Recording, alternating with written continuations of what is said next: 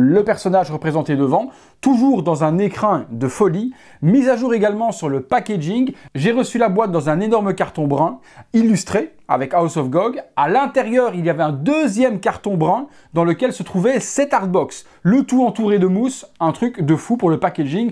Votre statue, il y a un avion qui peut tomber dessus, elle ne risque strictement rien. Donc énormément de protection autour de cette statue pour le transit, et ça c'est plutôt appréciable, chapeau à eux. La boîte, on reprend donc les codes comme je vous ai dit. On a le personnage représenté devant, c'est la statue ombragée qui est mise. On a un logo bleu qui revient également par devant, qui est, si je ne dis pas de bêtises, ça ressemble très fort à la partie alternative de la statue qui est une pince, donc claw, son nom l'indique. Les couleurs sur la boîte sont du blanc, du noir et du bleu, mais la statue est tout autre au niveau des couleurs. Je vais vous faire découvrir tout cela. Je vous fais le tour du propriétaire, donc une boîte assez simple mais hyper luxueuse. Pareil ici, Pascal Blanchet, donc The Art of Pascal Blanchet. Sur l'arrière, on aura une boîte totalement blanche. Et on revient sur House of GOG sur le côté, sur le personnage. On passe tout de suite sur ce qui nous intéresse et ce qu'il y a à l'intérieur. On est parti pour le contenu. À l'intérieur de la boîte, on retrouve une petite enveloppe blanche qui est cachetée. On retire le petit logo. On retrouve à l'intérieur de cette enveloppe, hop, je vais sortir le tout, la petite plaque métallique habituelle que l'on connaît sur les versions précédentes, dans un coloris bleu qui reprend les couleurs de la boîte. Troisième statue de House of GOG. Et pareil, sur l'arrière, on a le logo House of GOG et Pascal Blanchet. On a un petit art print au format A3. Donc avec la représentation, à savoir que ces art print existent également en ultra haute qualité, en grand format. Si vous voulez mettre dans un cadre derrière votre statue, vous les avez également sur le site de House of GOG en taille beaucoup plus grande.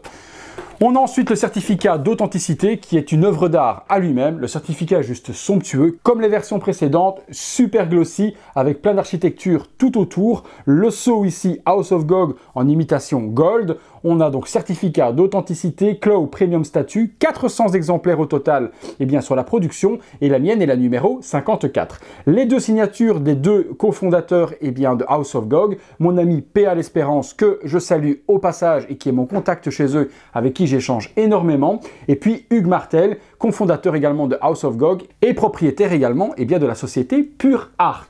Un superbe joli certificat d'authenticité. On a le guide d'assemblage, donc on reste sur un format papier où les autres compagnies commencent à passer sur des QR codes avec du PDF disponible sur les téléphones. House of GOG, eux, restent sur un format imprimé. House of GOG, manuel d'assemblage, il est toujours en anglais, donc pas d'espagnol et pas de français dessus. On a les différents éléments de la statue à assembler. Avec le Blade Master. Blade Master, je vous expliquerai également ce que c'est par rapport aux statues si c'est la première fois que vous en voyez une. Ce sont les parties alternatives qui permettent de changer le look de la statue. Sur l'arrière, justement, les deux versions différentes. Version avec l'arme qui ressemble plus à un énorme gun et une avec une double lame où la main change également entre une main mécanique et une main plutôt animale. Ici, un petit carton blanc, tout simple, juste pour maintenir la solidité de l'enveloppe.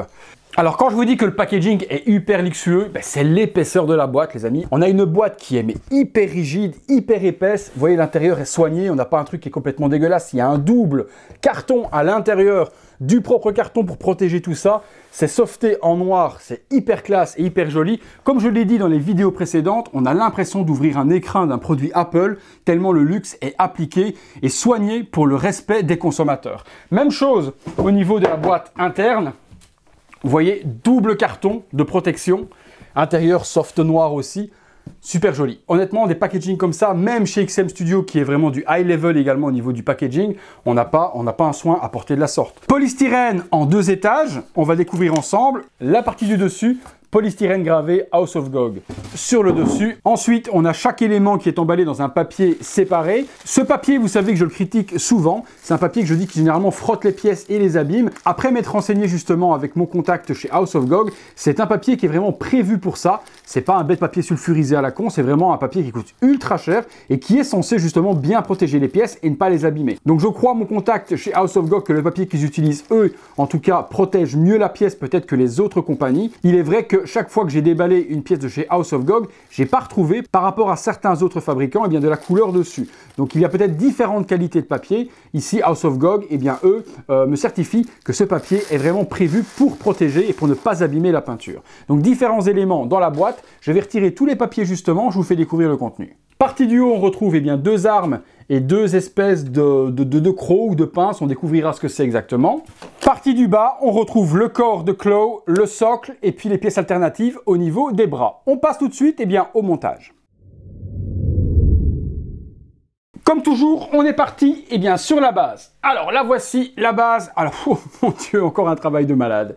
Encore un travail de malade. Pour ceux qui débarquent sur la chaîne et qui n'ont jamais vu les produits House of GOG, on est toujours sur 2-3 couleurs principales avec un nombre de dégradés énorme. La statue de Moonstone était plus sur du bleu et sur de l'orange. Sur la version de Jack, on était sur de l'orange et du bleu. Ici, on est sur du bleu et du jaune. Autant vous dire que les trois assemblés l'une à côté de l'autre, ça fait un festival de couleurs punchy qui est juste mais détonnant. Forcément, à la fin de la vidéo, les amis, je vous mettrai les 3 statues de House of GOG que j'ai en ma possession, celle-ci et les 2 autres, afin de vous montrer comment House of GOG a donné vie à l'art de Pascal Blanchet. Le socle, regardez-moi ce truc de ouf, encore une fois. Pour ceux qui s'intéressent à l'histoire de Claw, il y a une petite BD qui est disponible sur le site justement de House of GOG où on voit que Claw était en prison, il vient de s'évader et il est prêt à en découdre avec qui le veut. Il est immense au niveau de la taille par rapport à Jack et par rapport justement à Moonstone, on voit qu'il est beaucoup plus grand. Je vais vous le faire découvrir, donc l'histoire si vous la voulez. Il y a une petite BD de quelques bulles qui vous résume également l'histoire, tout en vous laissant imaginer ce que vous voulez par la suite. C'est ça l'avantage également. Donc je vous mettrai ça dans la description de la vidéo, vous pourrez aller la consulter. Donc la base est un énorme insecte sur un rocher. L'insecte, on dirait un coléoptère ou quelque chose dans le genre, ou un gros cafard. Il est explosé, complètement détruit. Les couleurs, comme je vous l'ai expliqué, on est sur du bleu avec du jaune, toujours avec une interprétation de couleurs qui fait comme si la lumière tapait sur la statue. Ici, on voit que l'arrière de la statue, forcément, va être tout bleu parce que c'est ombragé, ou la face avant, justement, va avoir un reflet de lumière par rapport à la planète ou au soleil que l'on peut s'imaginer reflétant sur la statue. Donc voilà, la grosse bestiole que l'on va pouvoir accessoiriser également, je pense, avec les grosses pinces que j'ai vues tout à l'heure sur la bouche, peut-être pour donner également 2 looks alternatifs si on veut de la profondeur ou pas sur la statue. Donc le socle, parfait. Sur le dessous, on a une illustration, toujours des couleurs ultra punchy et ultra dynamiques, un bleu et un jaune fluo. On retrouve l'illustration de Claw, House of GOG. On a donc l'art de Pascal Blanchet, comme je vous ai dit tout à l'heure. L'édition 54/400, House of GOG. Et là, on retrouve le logo Pure Art. Je vous parlais tout à l'heure de Hugues Martel, qui était donc le fondateur de Pure Art. Les statues sont fabriquées dans l'usine de Pure Art. Autant vous dire que c'est un label justement de très haute qualité. Des petits patins également antidérapants ici sur le dessous, afin que votre statue ne glisse pas si vous le mettez sur un meuble glissant. Le socle, on passe ensuite sur Claw. Le voilà. Oh mon Dieu. Ouais, c'est vraiment un bad boy. C'est vraiment un méchant. Il est ouf. Il a une tête un petit peu d'Indien iroquois, vous voyez, avec une crête rasée, des tatouages bleus électriques également sur le visage. Il a également une visière qui revient un petit peu comme ce qu'on connaît dans Dragon Ball, juste pour la référence. Soit, également, on peut s'imaginer, c'est ça avec l'art de Pascal Blanchet, c'est qu'on peut s'imaginer ce qu'on veut. On peut imaginer que cette visière calcule peut-être la force du personnage qui est en face, ou ça peut être un viseur également pour son arme. Ça nous laisse justement nous imaginer ce qu'on a envie, c'est de l'art. Et l'art, justement, il sert à pouvoir s'évader et à créer la propre histoire que l'on veut. Donc, personnage bleu également et jaune avec, voilà, c'est pas uniquement, comme je vous ai dit, une seule couleur, tout un dégradé, du jaune qui va vers du vert acidulé, on a du bleu, on a du pastel, et on a quelque chose de ouf. On a quelque chose de ouf. Regardez-moi l'architecture de l'arme qu'il a ici dans le dos. C'est un backpack de ouf, tout vert, avec énormément de shading également. Partie armure sur l'épaule, les parties également tatouages qu'il a ici, ou peinture de guerre peut-être, sur les yeux. Moi j'adore, franchement j'adore. Ça plaira pas, comme je l'ai toujours dit, à tout le monde, ça c'est certain. Il y a des personnes qui ce sera pas du tout leur truc, mais c'est ouf. Honnêtement, moi comme les 2 premières, j'étais hyper emballé et je le suis toujours. Regardez la petite lanière ici avec les 2 crânes de bestiole qu'il a mis en pendentif autour de sa taille. La partie armure, c'est une cage thoracique de bestiole autour du torse. Il y a des détails partout. Vous voulez regarder, vous posez votre œil, il y a un détail et c'est juste oufissime. Oufissime. On est parti, comment ça se plug ce petit machin, il doit se plugger ici, je vois un pegs, donc très grand pegs. Et partie arrière ici, la statue vient s'aimanter sur le socle.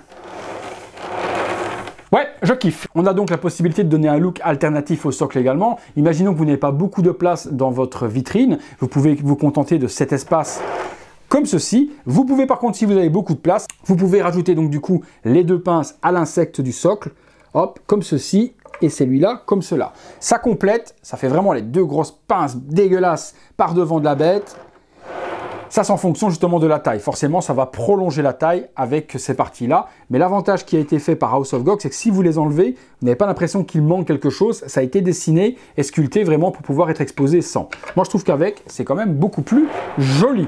Oh ouais, oh la vache. Ouais. Ce que je trouve ingénieux également, c'est qu'on peut exposer la statue comme on veut. On peut l'exposer de profil comme ça si vous aimez. Vous pouvez l'exposer de face si vous voulez avoir Claw de face. Vous pouvez l'exposer également de... Voilà, c'est une statue qui va s'exposer à 360 degrés. Forcément, l'exposer de dos, pas trop d'intérêt. Mais bon, on s'est compris, on peut vraiment l'exposer comme on veut. On a donc deux possibilités d'exposition également de la statue au niveau du bras. Premier bras va donner un effet beaucoup plus robotique à la statue. On voit qu'il a une énorme main. Et encore, la main est vraiment animale sur la partie dessus de la paume. Et puis, il revient vers quelque chose de totalement mécanique pour les doigts. Voilà, je veux dire encore, j'adore. J'adore. Regardez le bras, plein de spikes, de bêtes ou de mutations qui changent. On a l'impression qu'il a été croisé avec un animal.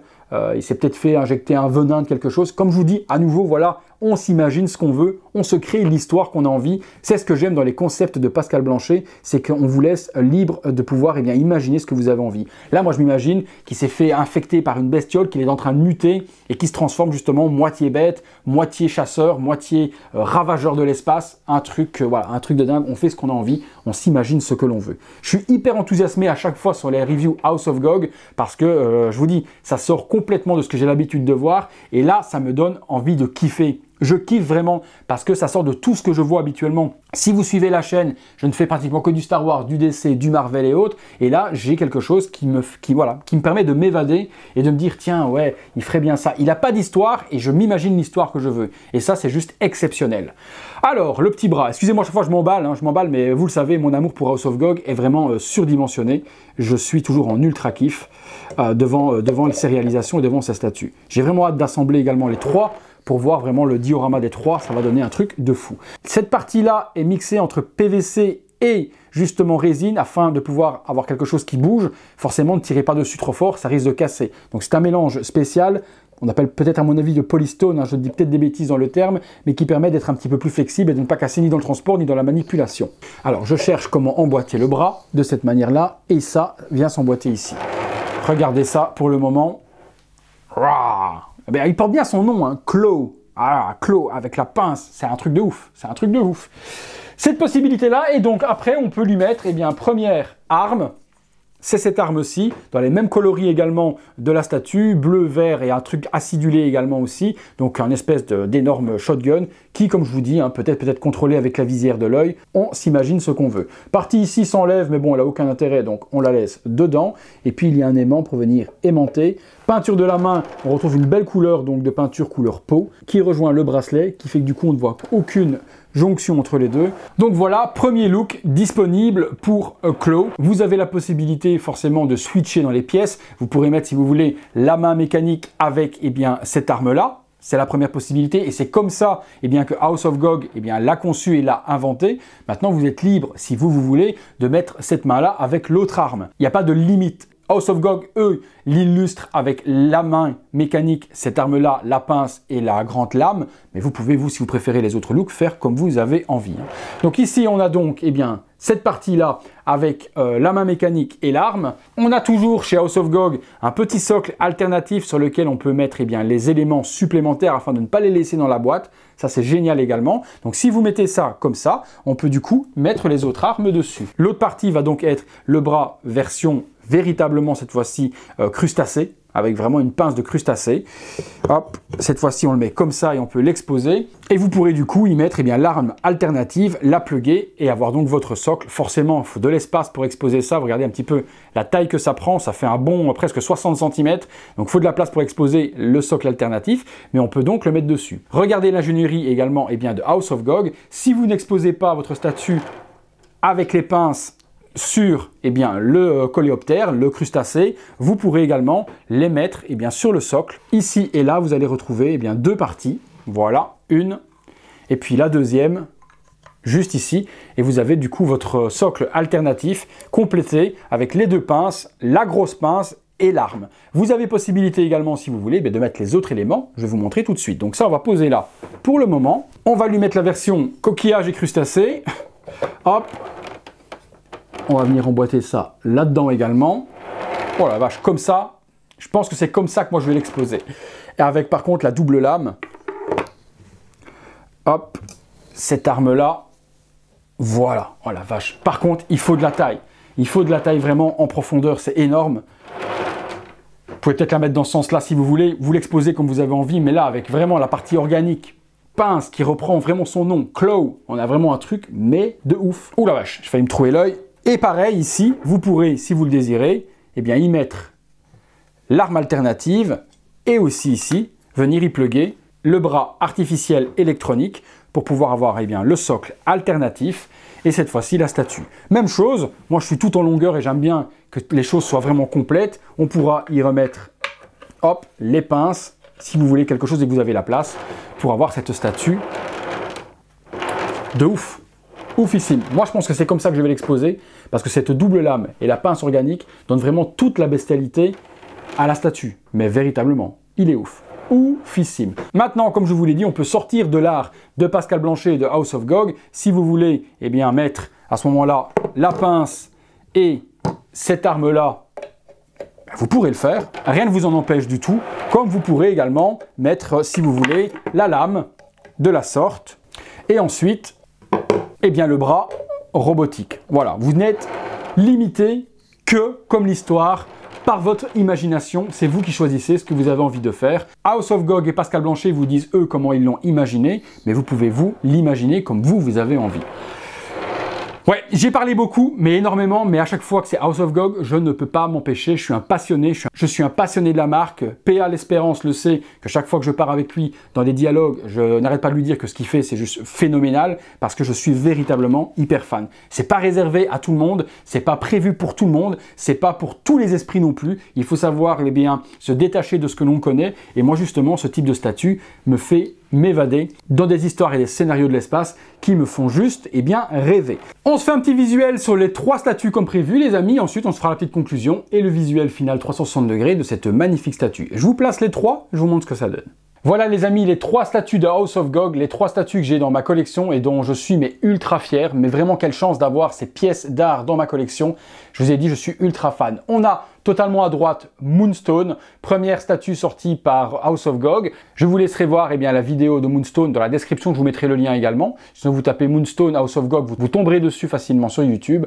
Vous avez complètement à gauche eh bien, Jack, le Giant Killer, donc le tueur de géants, et puis Claw, Space Ravageur, en plein centre, qui est leur dernière réalisation, donc la numéro 1, numéro 2 et numéro 3. Regardez-moi ce festival de couleurs, c'est juste exceptionnel, exceptionnel.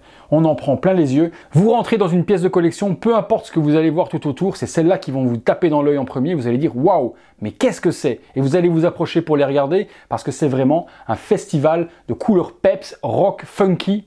Et également pour Jack et pour Moonstone, il y avait des éléments supplémentaires. Mais pour ça, je vous laisserai aller voir les vidéos individuelles, vous aurez tous les détails. Et bien écoutez, on passe tout de suite sur la conclusion de Claw avant de terminer bien sur son visuel final. C'est parti.